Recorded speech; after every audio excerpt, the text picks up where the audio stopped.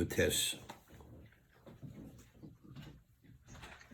Chapter 25, Posuk 19.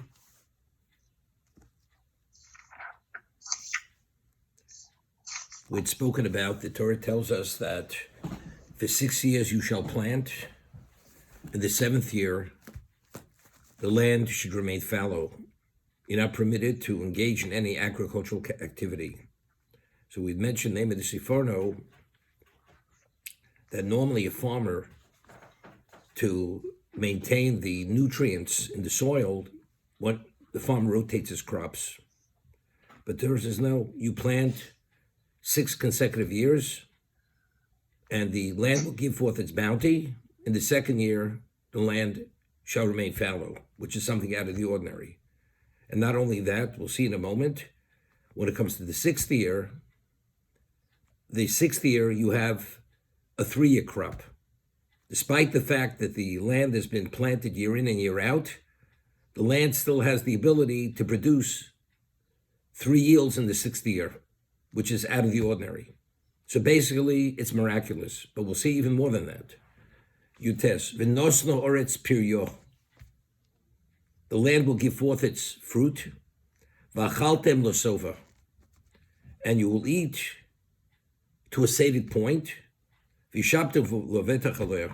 And you will dwell on it in a secure state. So let's see Rashi. What does one thing have to do with another? It says, you will eat the fruit to a sated point, and v'yishabtem lovetach aleh. So Rashi says, v'yishabtem lovetach aleh, sheba'avod shmit Yisrael golim. The only reason why you're securing the land is because you're observing the sabbatical years. Shenemar, because we see later, it says, Os tirtze ha'oretz ha'shapsoseo, v'hirtze ha'shapsoseo, meaning, later we speak about going into exile, and only when you've spent that time in exile is the land appeased. Meaning that because we violated the sabbatical years, that's the reason why we were exiled. We put out of the land. As we said, it's like a landlord-tenant contract. Every 7 years, you're not permitted to work the field. For instance, all the produce belongs to the landlord. And the tenant goes and violates the contract, and he takes the produce the 7th year. So what does the landlord do? For every year that he violated the contract, the landlord puts the tenant off the property. So every year that we violated the Shemitah, the sabbatical year, we spent 1 year out of Israel. So the 70 years we were in Bavel, in Babylon, those 70 years, each one corresponds to one of the years that they didn't keep the sabbatical year. So when will you be securing the land? That's if we abide by the contract. Then we'll be securing the land. The nosno oretz yishavu etolesho tidgu mishnas batzoros. You don't have to worry that there are going to be years of what? Batzoros means where the land will not give off its bounty. V'achaltem losova. Now this is important. It says, the land will give forth its fruit, and you will eat to a sated point. What does that mean? Are we speaking about because there's such an abundance of fruit? Factually, if the land produces, it depends how much you eat. So what does it mean? You will eat to a sated point. So Rashi cites the Chazal, tebo brocha, that the food you eat, although you're eating less, the less is the equivalent of more. The food in your innards will be blessed. You'll be fully satisfied when you have less. One doesn't have to have more. Where do we find something similar to this? The Gemara says that there's a mission in Yuma that Shimon HaTzadik was a high priest for 40 years. He was in the same time as Alexander the Great, Alexander the Macedonian. During the Second Temple, there were over 300 Kohanim Gedolim, high priests, and because they were not qualified to officiate, every year they go into the Holy of Holies, and they would expire there, they would die. And there were over 300, and the Second Temple stood 420 years. And the Gemara makes a calculation that despite the fact that Shimon HaTzadik officiated for 40 years, and Yochanan Kohen Gadol was a Kohen Gadol for 80 years. So there was still over 300 high priests, meaning it wasn't really a good situation, because the position of Kohen Gadol was bought from the Roman governor. It was up for sale. That was the problem. So people were not really qualified, spiritually qualified for that position. So over there, the Mishnah tells us, we read about the showbread, lechem aponim. Every week, the showbread, there were 12 loaves of bread, and the bread was of matzah. And there was a special way, there was a secret how to make this bread, that it was thick bread, although it was not chometz, it didn't become leavened. They would divide the showbread between the incoming family and the outcoming family. And a number of miracles happened regarding the showbread. That although it was on the table for a week, it was hot, just as if it was out of the oven. And they would show Klal Yisrael God's special love for them, that God would perform this miracle, that the bread did not become stale. Not that only did it become stale, it was no less fresh when they took it off as when they initially put it on. It was hot bread.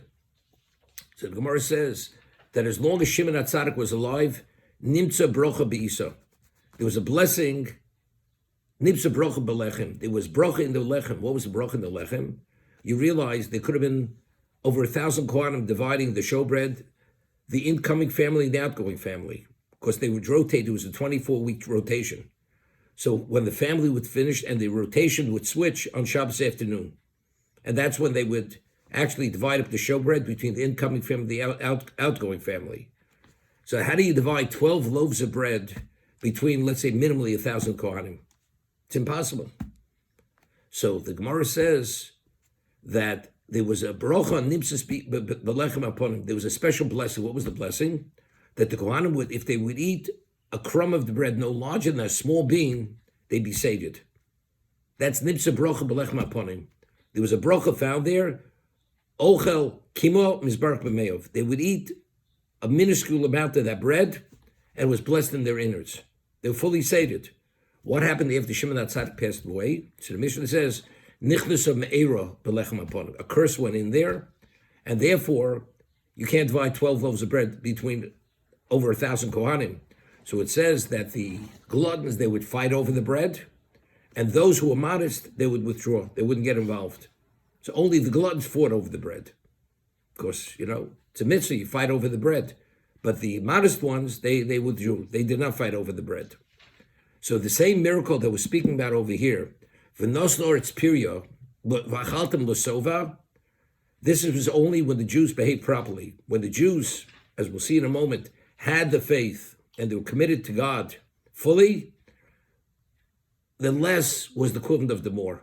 The fruits you eat will sate you, will nourish you, will do everything that it has to do. You don't have to be busy with quantity. It's qualitative, that the less is the equivalent of the more. Not because you're just satisfied. Factually, it was the equivalent of the more. But that was the bracha. As we found the bracha that was in the lechem aponim, the showbread, you had the bracha in the produce of the sabbatical year, or during the 7 years if they observed the sabbatical year. Rabbi, I'm sorry. In the 6th year, what did they have to say? What was their kavana? We didn't get there yet. Right now we're speaking about the produce of the 6 years. The 6 years of the produce, v'nostar's period v'achaltem l'sova. We haven't gotten yet to that. And you will be secure in the land. We have a principle, it's interesting. Factually, tzaddikim need very little material. As it says that a tzaddik is ochel l'sova nafsho. Pasuk initially in Proverbs, a tzaddik, when he eats to save his soul. He does not eat more than he needs to maintain his health. More than that, he doesn't. Because he's only partaking of the material only to facilitate the spiritual. As it says, Kedoshim Tiyu. We're learning now in Mesilas Yesharim the virtue of abstinence. You only do as much as you have to. More than that is considered excess. One doesn't go there. Tzaddik ochel l'sol nafsho. We read in Pirkei Avos that Ezeu Osher HaSomech B'chalko. Who is a wealthy man? A person who's satisfied with his portion. So the commentator said, what does it mean with his portion? that each person receives, materially speaking, what he needs. You receive your chelik, whatever is necessary to facilitate your mission and your objective in life. That's what you receive. Whether it's your challenges or to cover other needs, God provides that. That's somech bechelko. That he's satisfied with his portion, the portion that was predestined for him. If you're satisfied with that, then you're Osher. You're content. You don't need more than that. That's what it is. To be able to be samech bechelko, that's a bracha. That's a bracha. That even though it may be less, to be sated or satisfied and content with less, this is similar to v'nosna eretz pirya. V'chalto l'sova. The land will give forth its fruit, and when you eat that fruit, you'll be sated. Eat less will be the equivalent of more. Here it's about nourishment-wise. You'll be fully nourished. To be able to have less and be the equivalent of more, that's a bracha. That's a samech bechelko. The tzaddik, very rarely do you find tzaddikim who have great wealth, unless they're in a position where they have responsibilities for others, in terms of supporting other things. But in terms of for their own needs, they don't need much. But how do you get along with less? The answer is because he is the person, is samech bechelko.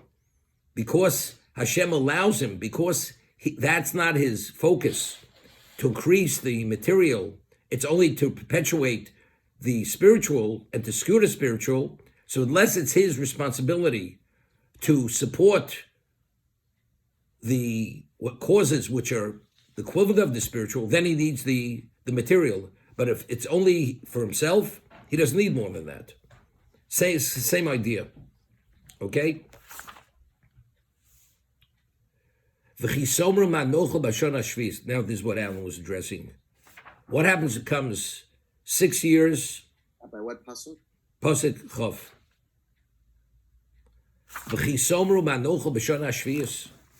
What's going to happen when you're going to say, in the 6th year, you're going to say, if the 7th year is ownerless, and everyone has a right to take what he chooses. So what are we going to eat in the 7th year? We'll see in a moment. Hey, lo nizrav lo nesov, is it fuasenu? We haven't planted, we haven't harvested the 7th year. If the 7th year were given away, so what do we need this in the 7th year? So the Torah tells us, I will give the charge of my bracha b'shana shishis in the 6th year. The 6th year will have a 3-year yield. Normally every year has a year's yield. The 6th year will have a 3-year yield. And when's the first time you'll be able to plant? You'll be able to plant in the 8th year. And you'll eat of the old grain or the old produce until the 9th year, until you're able to harvest the yield of the planting of the 8th year. Total Yoshan, you'll be able to eat of the old produce, meaning it will not spoil, will not rot. It'll miraculously will retain its freshness. That's what's going to happen. Let's take a look at Rashi. Lo nesav el abayis es tuasen go yainu perse ilon.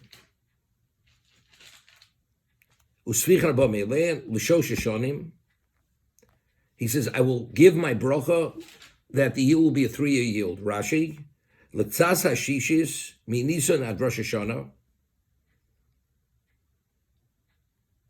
u'leshvius u'leshminis sheyizru b'shminis mar Cheshvan v'yikshu b'Nisan. We're going according to the years. The year it's going from Nisan. Achon hashiyas ad Chag HaSukkah shel Chiyas shu eis bo tuosa shel shminis toch haboyis. That's when you bring in the harvest. Right, Sukkot is called Chag Osif, right? That's when we bring in, the crop is lying in the field drying out, you bring in the crop on Sukkot. It's called Yimosa Kaitso, Yimasoda Begranos, it was in the granaries during the summer. Ubetishu Esa Osif, Labayis, that's when you bring it in. Upomim shoyes tzricha lasos laboshanim. There were times b'shoah shelifnei hashmita hashviya shein betelin ba'avor karka shtei shonim ritzufos hashviya. What about it was the Jubilee year? The Jubilee had 2 consecutive years, the equivalent of the sabbatical year. This right, the 49th year and the 50th year. So the times that the crop had to even last even longer.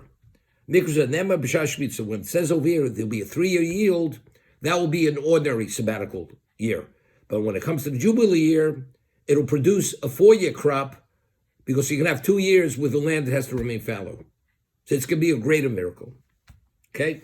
So now over here, this is with the Sepharno.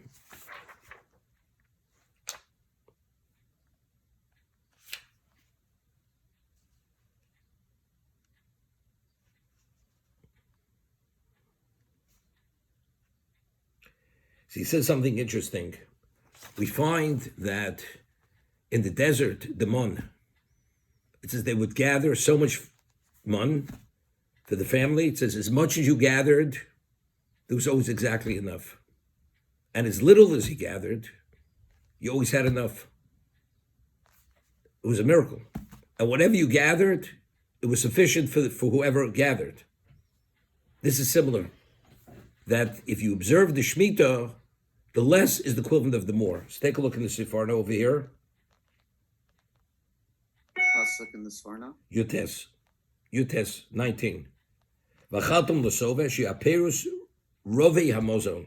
The fruits will have abundant nourishment. Kinyan shoya be'omer shoya maspik l'godol kol l'koton. As we find regarding the mun.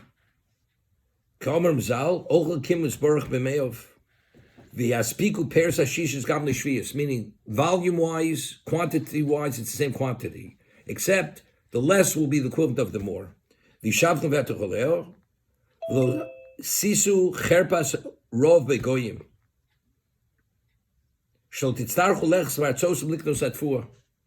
You're not going to have to go to the nations of the world to go purchase grain. You're going to be self-sufficient.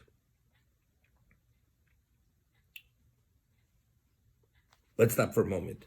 The Gemara tells us in Yuma that Moshe Rabbeinu, before he passes away, and it says over there, regarding the mun, that we were afflicted. So Gemara asks, how were we afflicted? The mun sated the person.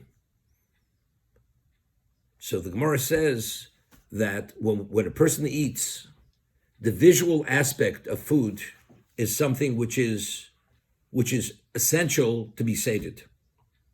You know, here you have a wafer-like food, and there's an argument in the Gemara in Yuma, we'll get there with the Daf Yomi, when people, whatever you thought in your mind, you wanted the mun to take on that quality or that reality, it took on that reality. You wanted it to take on the reality of fish, it nourished you like fish, and it tasted like fish. The Gemara has a question, what about texture-wise? When you put that mun in your mouth, you know, a person has a mun, he wants to eat a sizzling steak, a rib steak. Did it take on not only the taste and the nourishment of the rib steak, but even the texture? When you ate it, it's as if you were eating, and it tasted like that, texture-wise. It's an argument, but definitely nourishment wine. So Moshe Rabbeinu says, "Vayamcha vayiriveko." When you were in the desert, you were afflicted and you were starving. So Mara says, "What are you starving?" The mun sated us. So Mara says, because when a person eats, when you see and visually you see the food, that's a very significant part of being sated. And the Gemara says, Rav Yosef, who was blind, said, is whatever he ate, he was never sated. Why? Because visually he never saw the food. So seeing the food, the display of the food, and when you partake of it, it's an essential part of being satisfied. Otherwise, you're not. And that's what Moshe Rabbeinu meant when he says, "Vayantcho v'yarivecho." V'yarivecho, you were afflicted and you were starved. So therefore, the Gemara says in Yuma that Shabbos, it's crucial that the Shabbos table should be illuminated. The mitzvah is only Shabbos, so when you eat the food on Shabbos, visually you should be able to see the food. It should not be in a darkened area because otherwise it infringes on only Shabbos because you're not able to have full benefit of the food itself.